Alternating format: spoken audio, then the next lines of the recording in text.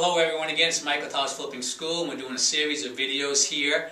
We like to keep them short, so that way if you're busy you can take a look at them one at a time. And we just talked about a few things involved in the process of getting involved in the house flipping business or real estate investing business.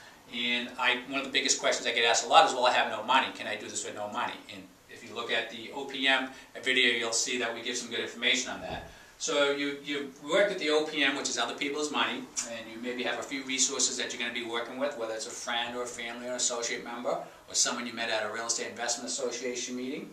You've hooked up with a really good real estate broker or agent, and they're really helping you to determine what's known as the ARV, which is the after repair value, what that house is going to be worth when you go to sell it.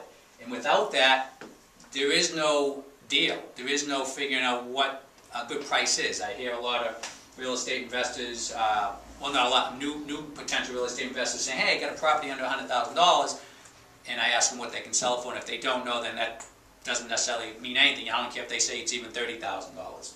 So at that point, we determine what the MAO is, which is the maximum allowed offer, and that's nothing more than what's the most I will pay for that property. So how do you put all these things together and determine what that actual maximum allowed offer is going to be? So a little bit of math involved here, and I do this a lot of times without a calculator, but I'll kind of show you on a calculator as well how to do this so that you can do it. So let's say we determine the ARV, or your real estate broker has convinced you that the ARV in that property is $200,000. That's an aggressive price. Everybody else is priced out maybe at $205 or $210 or higher.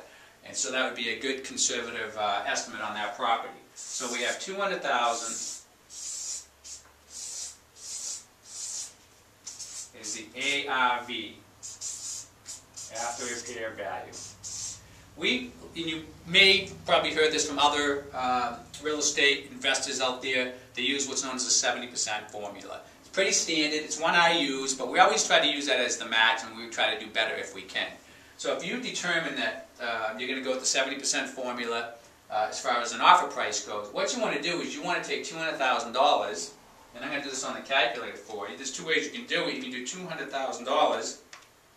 You can times it by 70%, if you have that on your calculator, which I do here. So times by 70%, and that equals $140,000. Or you could take $200,000, if you don't have a percentage on your calculator, and times it by 0.7, which is 70%, and that equals $140,000. So I've taken 70% of $200,000, not 70% off now, it's 70% of $200,000, and that has given us a maximum allowed offer of $140,000 if the house was in perfect condition. And we don't buy houses in perfect condition because that's where the retail buyer, the end buyer, comes in. Excuse me. Up late last night working on my business plan to 12 o'clock, so a little groggy this morning, so forgive me. So at $140,000, where do we go from there? Well, we've determined, and we'll get into another video on this, our repairs on that property, let's say $40,000 for easy math. So now at that point we simply deduct the $40,000. That leaves us at a $100,000 MAO, maximum allowed offer. And then from there we put our offer in with the bank at maybe $80,000 or $85,000, and consult your real estate broker on that, because they'll be the best to advise you on that. If it's heavy competition on it, a lot of offers coming in, and we'll talk more about that, then that will determine what your offer is going to be.